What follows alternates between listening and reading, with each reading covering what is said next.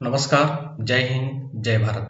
आज हम चर्चा करने वाले हैं बुरहानपुर जिले के पर्यटन स्थल की। जी हाँ, बुरहानपुर जिले के कौन-कौन से पर्यटन स्थल हैं और वहाँ से किस प्रकार के प्रश्न आपको पूछे जा सकते हैं। आइए समझते हैं। सबसे पहले तो आप ये समझ लीजिए कि बुरहानपुर में कितनी भाषाएं बोली जाती हैं। आप बोलेंगे सर बेसिक है, हिंदी ही बोली जाती है, तो मैं कहूँगा ऐसा नहीं है। यहाँ पर हिंदी, हिंदी के अलावा यहाँ पर मराठी, गुजराती और उर्दू।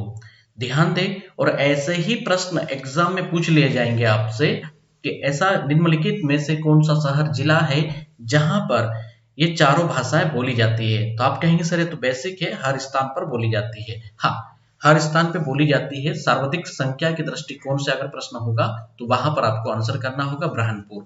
ठीक है, तो यह जरूर याद रखें। अब बुरहानपुर की अगर हम बात कर लें तो बुरहानपुर जो है वह दक्षिण के भाग में स्थित है। जी हाँ, जो हमने बुरहानपुर के किले को पढ़ा था असीरगढ़ में, मैंने आपको वहां पर सारी चीजें समझा दी थी, बता दिया था। बुरहानपुर की जो स्थापना थी वह धर्मगुरु जो थे संत जैनुद्दीन की सलाह पर ताप्ती के दोनों तटों पर जैनाबाद और बुरहानपुर का निर्माण किया। नासिर खान जो थे वह अपने धर्मगुरु के नाम पर बुरहानपुर की स्थापना करते हैं। तो जैनुद्दीन के नाम पर उन्होंने ताप्ती के दोनों किनारों पर इस शहर की स्थापना की, वर्तमान का जो बुरहानपुर है। जैनाबाद के नाम पर बुरहानपुर का निर्माण किया गया। और आगे चलकर अब कौन थे जैनुद्दीन? देखिए, जैनुद्दीन जो थे वह दौलताबाद के एक प्रसिद्ध संत थे और उन्हीं संत के नाम पर जो थे शेख बुरहानुद्दीन के नाम पर बुरहानपुर का नाम हुआ। और संत जैनुद्दीन के नाम पर जैनाबाद जो कि बुरहानपुर में ही है, जो ताप्ती के दूसरे किनारे पर बसाया गया था। तो ये था बुरहानपुर का एक बेसिक इतिहास, या उसके नाम को लेकर हम कहें तो ठीक है। आप पर्यटन स्थलों के दृष्टिकोण से अगर देखें तो राव रतन का महल, आपसे यह प्रश्न पूछा जाएगा कि बताइए राव रतन का महल मध्य प्रदेश में कहां पर है। तब आपको आंसर करना होगा कि राव रतन का जो महल है वह कहीं और नहीं है। ये जो महल है 16वीं शताब्दी में निर्मित किया गया है और यह बुरहानपुर में है। राव रतन कौन थे? तो यह राव रतन हांडा थे। इन्होंने भी 16वीं शताब्दी पर या 16वीं शताब्दी में कहें तो बुरहानपुर पर राज किया था और उनका ये महल था। तो ये जरूर याद रखिए। टॉमस रो, आप सभी को पता है 1615 में इंग्लैंड के जो राजा थे जेम्स फर्स्ट का जो दूत है टॉमस रो, इसके पहले भी एक दल यहाँ पर आया था जिनको अनुमति नहीं मिली थी। तो फिर टॉमस रो यहाँ पर आते हैं और वह परवेज से मुलाकात करते हैं बुरहानपुर में। और बुरहानपुर में ये अकबरी सराय में जाकर रुकते हैं। कहाँ पर? अकबरी सराय में। अकबरी सराय में जब मुलाकात होती है तो टॉमस रो जो थे वो क्या करते हैं कि शहजादा परवेज और उनके पिता जहांगीर के लिए बहुत सारे तोहफे लेकर आते हैं, उपहार स्वरूप वो भेंट करते हैं। होता यह है कि जहांगीर इनसे मुलाकात नहीं करते हैं। यहाँ पर जहांगीर ये बोलते हैं कि उनका अगला जो पड़ाव है वह दिल्ली है और वह जो भी चर्चा करेंगे वो दिल्ली में करेंगे। आप सभी को पता है कि 1615 में जब वह यहाँ से निकले तो मांडू जाकर रुक गए और मांडू में वो काफी समय व्यतीत करते हैं, या 1615 के बाद वो यहाँ से निकले थे। तो 1617 जो है वह मांडू पहुंचते हैं 1617 में। और 1617 में जाकर ही टॉमस रो को मांडू के जल महल में भारत में व्यापार करने की, फैक्ट्री लगाने की अनुमति प्राप्त होती है, जिसपे संधि पर जो हस्ताक्षर किए गए थे वह अजमेर में हुए थे। अनुमति जो प्रदान की थी वो मांडू से की थी, संधि पर हस्ताक्षर जो हुए थे वह अजमेर में हुए थे। तो इस तरह से महत्वपूर्ण हो जाता है टॉमस रो का ये दौरा, कहाँ पर? बुरहानपुर में। तो अंग्रेजों ने फैक्ट्री लगाने के लिए अनुमति लेने के लिए बुरहानपुर का दौरा किया था। तो जेम्स के राजदूत टॉमस रो बुरहानपुर आए थे।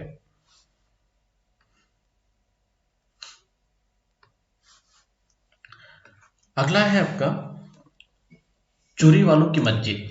अब बस नाम से ही जरूर याद रखिए, क्योंकि प्रश्न तो यही पूछा जाएगा कि चूरी वालों की मस्जिद कहाँ पर है।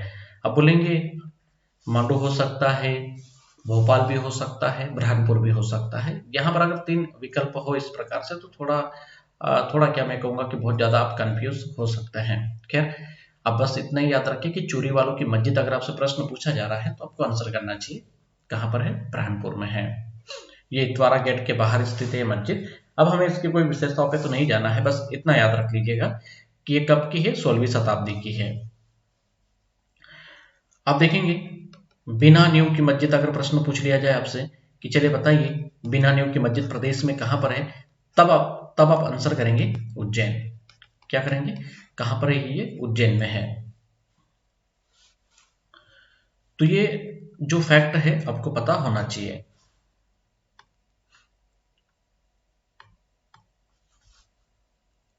हमाम खाना, हमाम खाना का जो निर्माण है मुगल काल के जो शासक रहे या उनके दौरान स्नान में यानी कि नहाने के तौर पे इसका प्रयोग होता था, या कह सकते हैं कि खान खाना जो थे मिर्जा अब्दुल रहीमन खान, अकबर के 9 रत्नों में से एक, ये यहाँ के सूबेदार थे।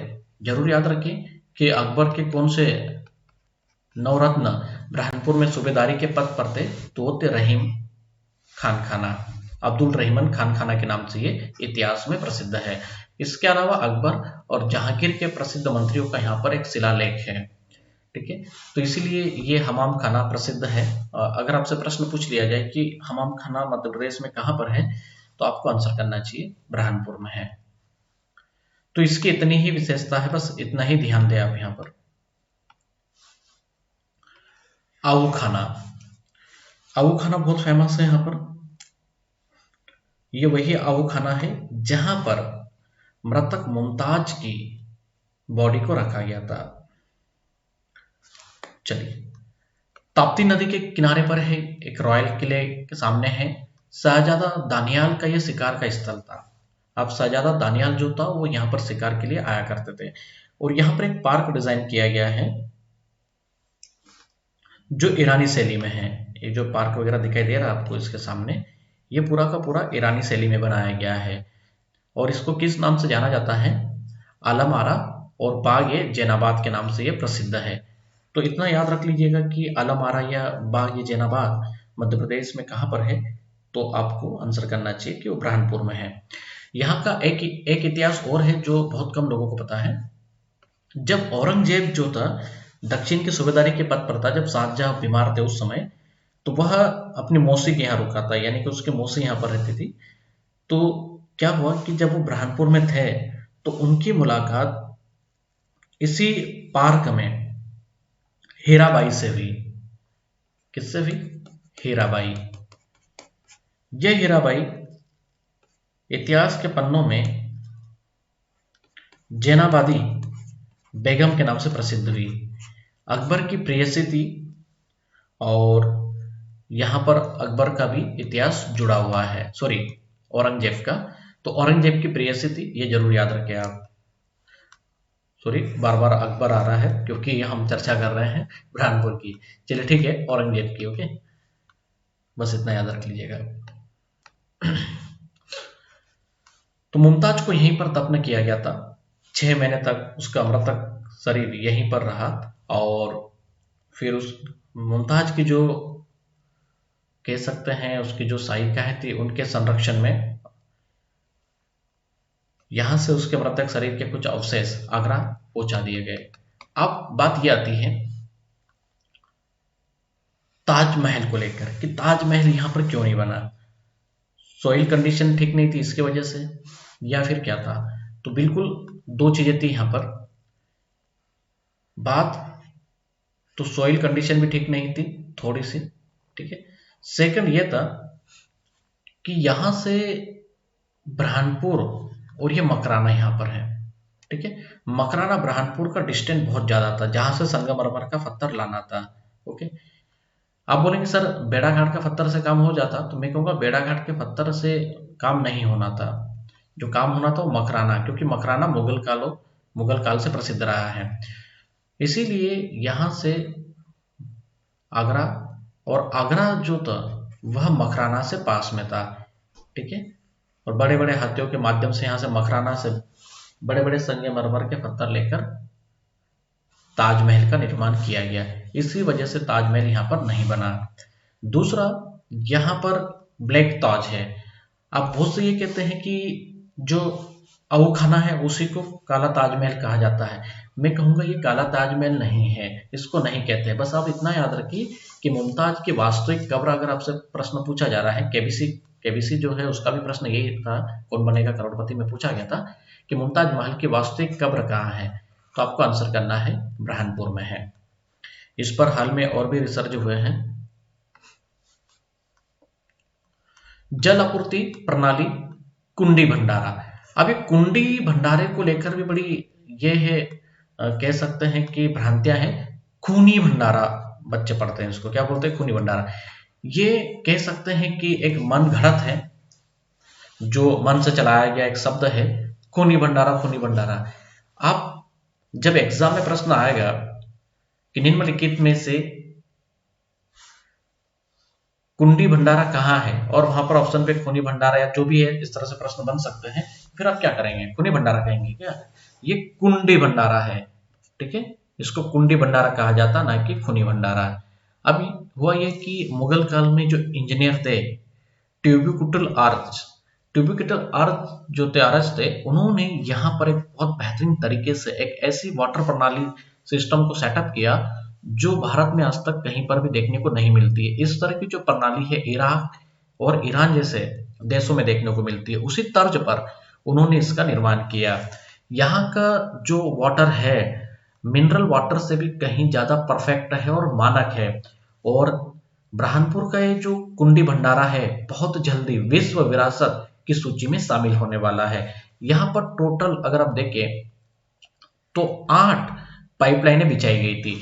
अब मैं आपको बताऊंगा कि किस तरह से यहाँ पर पानी इन पाइपलाइनों से चलता है। वो ये है कि यहाँ पर जो हवा का प्रेशर है उससे काम होता है।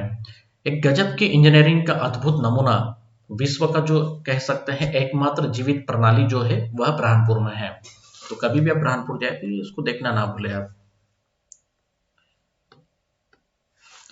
3 बिंदुओं पर यहाँ पर काम किया गया था, मूल भंडारा, सूखा भंडारा और चिंतारन भंडारा। अब देखिए यहां पर हुआ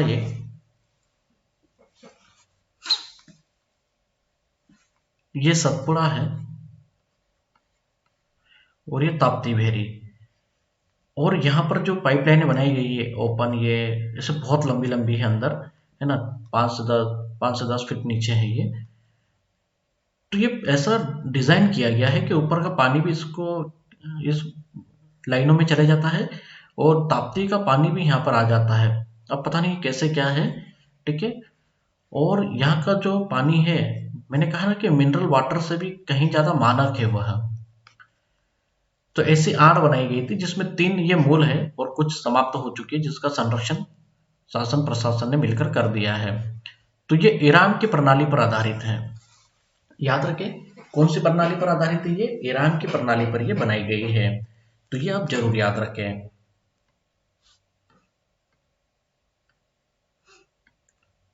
इसके अलावा अगर आप देखेंगे यहाँ पर अकबर के, अब इसके निर्माता कौन है, अगर ये प्रश्न पूछ लिया जाए कि इसके निर्माता कौन है, तो निर्माता है 1615 में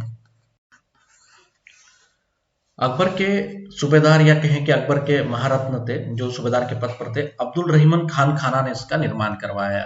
अगर ये प्रश्न आए तो इसके निर्माता का नाम जरूर पूछ लिया जाएगा आपसे कि भाई किसने बनवाया इसको, है ना, या कौन से अकबर के नवरत्न की एक अद्भुत प्रणाली, जो जीवित प्रणाली देखने को मध्य प्रदेश में कहाँ पर मिलती है, ऐसा प्रश्न हो तो आप आंसर कर सकते हैं यहाँ पर बुरहानपुर।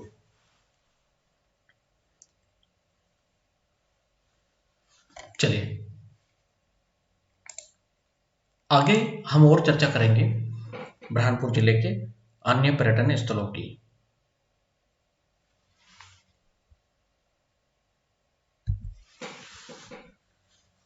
ओनली पीसीएस में स्वागत है आप सभी का, बने रहिए पुनः।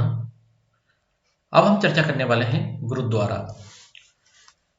बुरहानपुर का गुरुद्वारा बहुत ही प्रसिद्ध है। यहाँ पर गुरुद्वारा संग्रहालय भी स्थापित किया जा रहा है। इसके अलावा गुरुद्वारा संग्रहालय जो है वह जबलपुर में भी स्थापित किया जा रहा है। अब जबलपुर और बुरहानपुर वाले संग्रहालय में क्या परिवर्तन है, क्या महत्वपूर्ण है, तो मैं कहूंगा कि ये जो सबसे मेन जो संग्रहालय है वो बुरहानपुर वाला है, ना कि जबलपुर वाला है। जबलपुर में भी मांग की गई, उस आधार पर वहां पर निर्मित किया जा रहा, पर सबसे महत्वपूर्ण जो है वह बुरहानपुर का है। यहाँ पर क्या है, गुरु नानक देव और अंतिम गुरु गोविंद सिंह जी यहाँ पर आए थे, या कहें कि उनके पवित्र चरण इस स्थल पर पड़े थे। तो बहुत ही महत्वपूर्ण हो गया है आपका यह वाला फैक्ट। और याद रखिएगा, अगर यह प्रश्न हो तो आप आंसर करेंगे बुरहानपुर।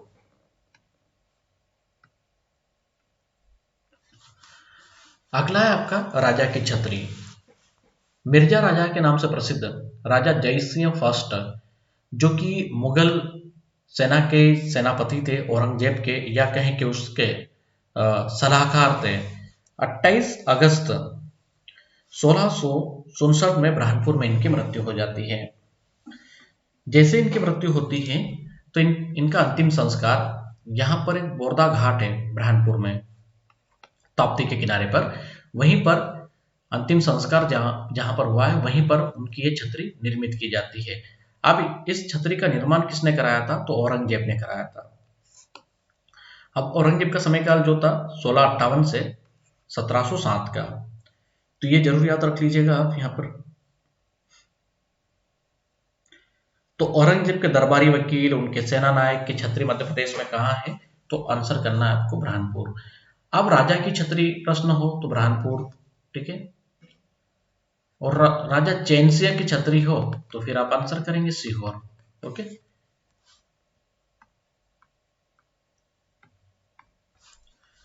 दरगाह हकीमी,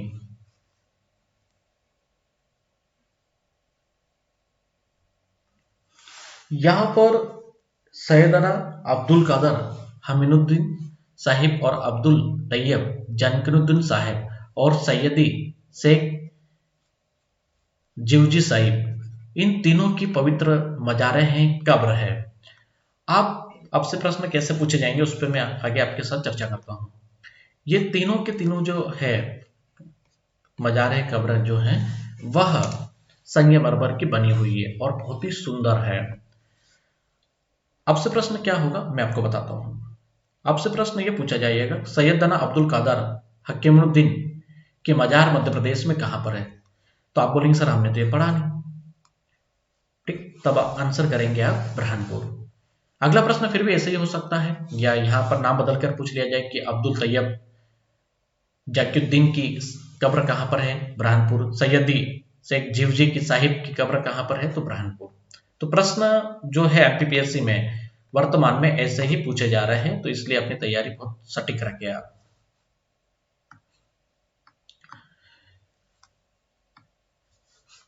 शाहनवाज खान का मकबरा, दोस्तों इसको कहा जाता है ब्लैक ताज, ठीक है। अब यह याद रखिएगा, जहां पर मुमताज को दफनाया गया था उसको ब्लैक ताज नहीं कहा जाता है। अब इसकी आकृति स्वयं देख लीजिए, आपको दिखाई दे रही है, इसको कहते हैं ब्लैक ताज।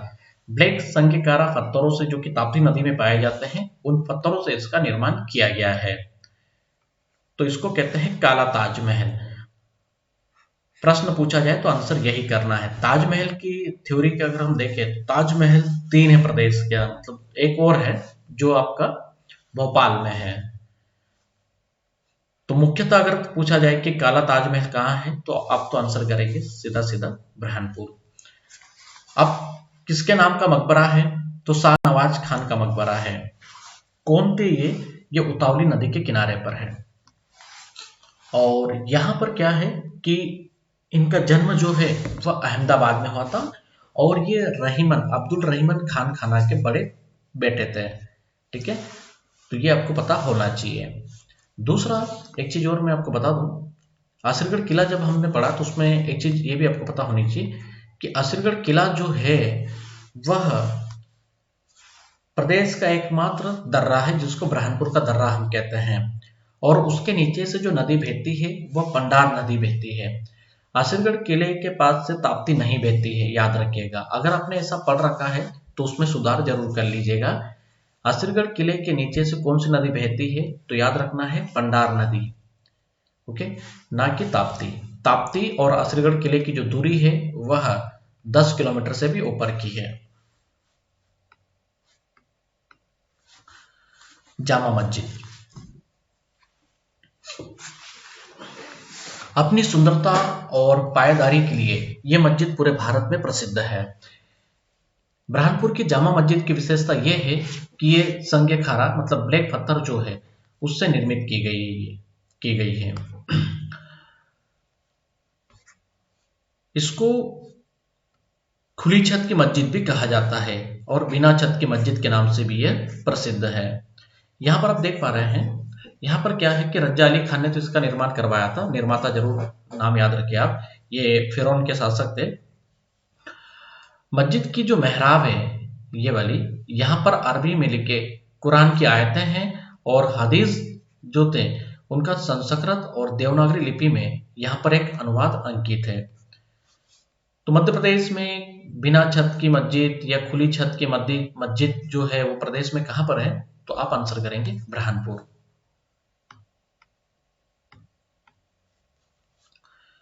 कबीर मंदिर, इसकी स्थापना जो है कबीर मंदिर की वह 1829 में हुई है। यहाँ पर संत पुरन साहेब जी ने इसकी स्थापना की और जिनका जन्म 1805 में हुआ था।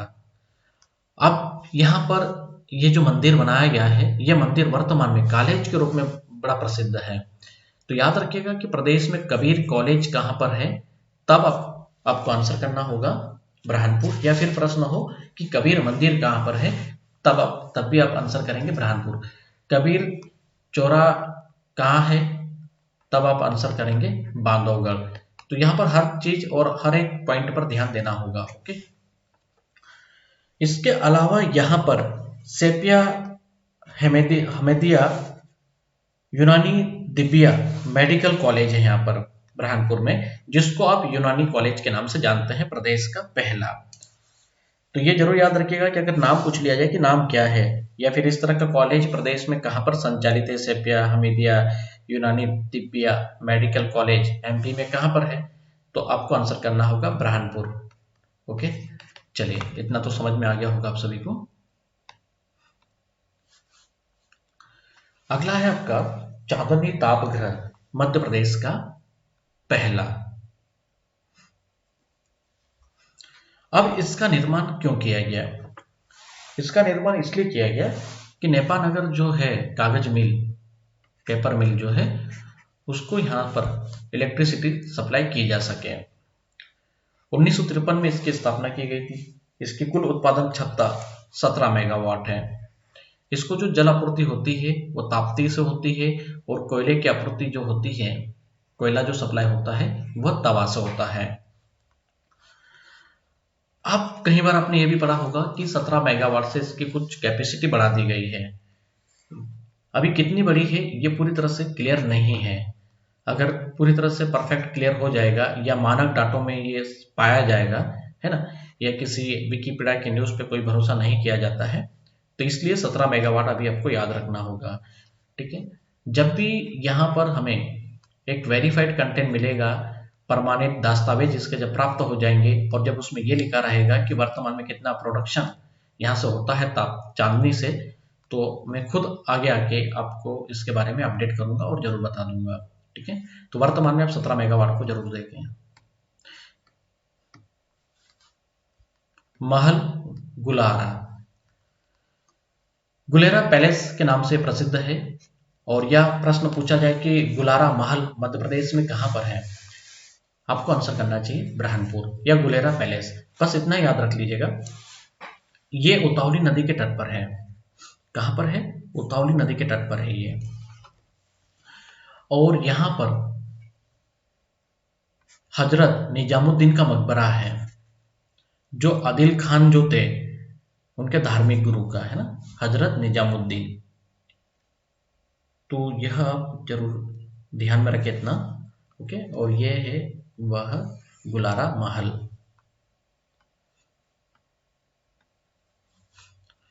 नेपानगर मिल, नेपा नगर मिल स्वतंत्र भारत की प्रथम पेपर मिल है।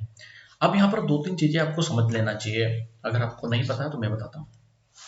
चलिए, अगर आपसे प्रश्न ये पूछा जा रहा है कि भारत में प्रथम कागज मिल की शुरुआत कहाँ पर हुई, तो आप क्या आंसर करेंगे? आप कहेंगे सर हम तो नेपा नगर ही लगाएंगे।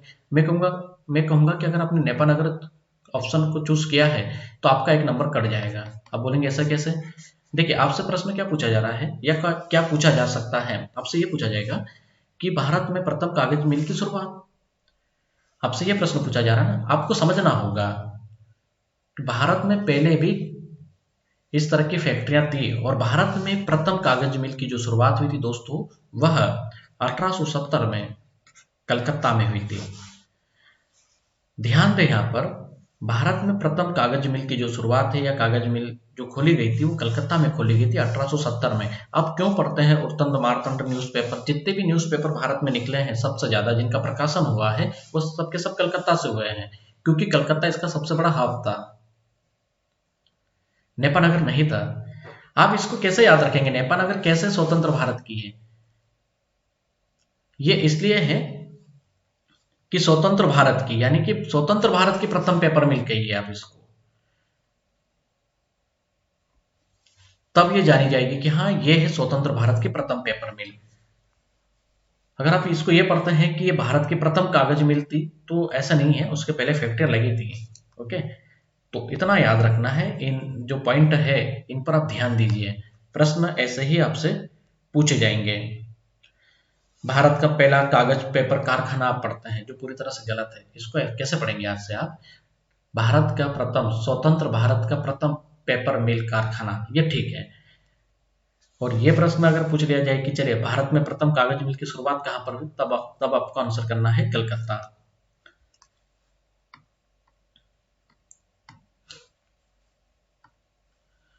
उन्नीस में भारत आजाद हो गया था, इसको एक निजी उद्यमी के द्वारा यहां पर लगाया गया था। 1949 में मध्य प्रदेश सरकार ने इसका प्रबंधन अपने हाथों में लिया। आप कहेंगे सर हमने तो इसका 1956 पढ़ रखा है और आप तो 1947 बता रहे हैं। देखिए, 1956 जो है वहां पर इसकी उत्पादन क्षमता बढ़ा दी गई थी, यानी कि इसका जो प्रोडक्शन है वह स्टार्ट हुआ था, उत्पादन प्रारंभ हुआ था। ठीक है, और 1949 में जब पार्ट बी हुआ करता था मध्य प्रदेश का, मध्य भारत, तो उसके अंतर्गत, या कहें कि उस समय की जो राजधानियां थी इंदौर ग्वालियर, उनके अंतर्गत इसका संचालन हाथों में आ गया था। अब क्या हुआ कि 1950 के बाद अगर आप देखें तो 56 आते आते मध्य प्रदेश सरकार ने यहां से इसका प्रोडक्शन स्टार्ट कर दिया, जब मध्य प्रदेश गठित हो गया। इसके बाद फिर केंद्र सरकार ने यहाँ पर अधिग्रहित कर लिया इसको, और ये अब केंद्र सरकार के अधीन हो गई। तो ये है इसका इतिहास। स्थापना 1947 है, ये ऑन रिकॉर्ड।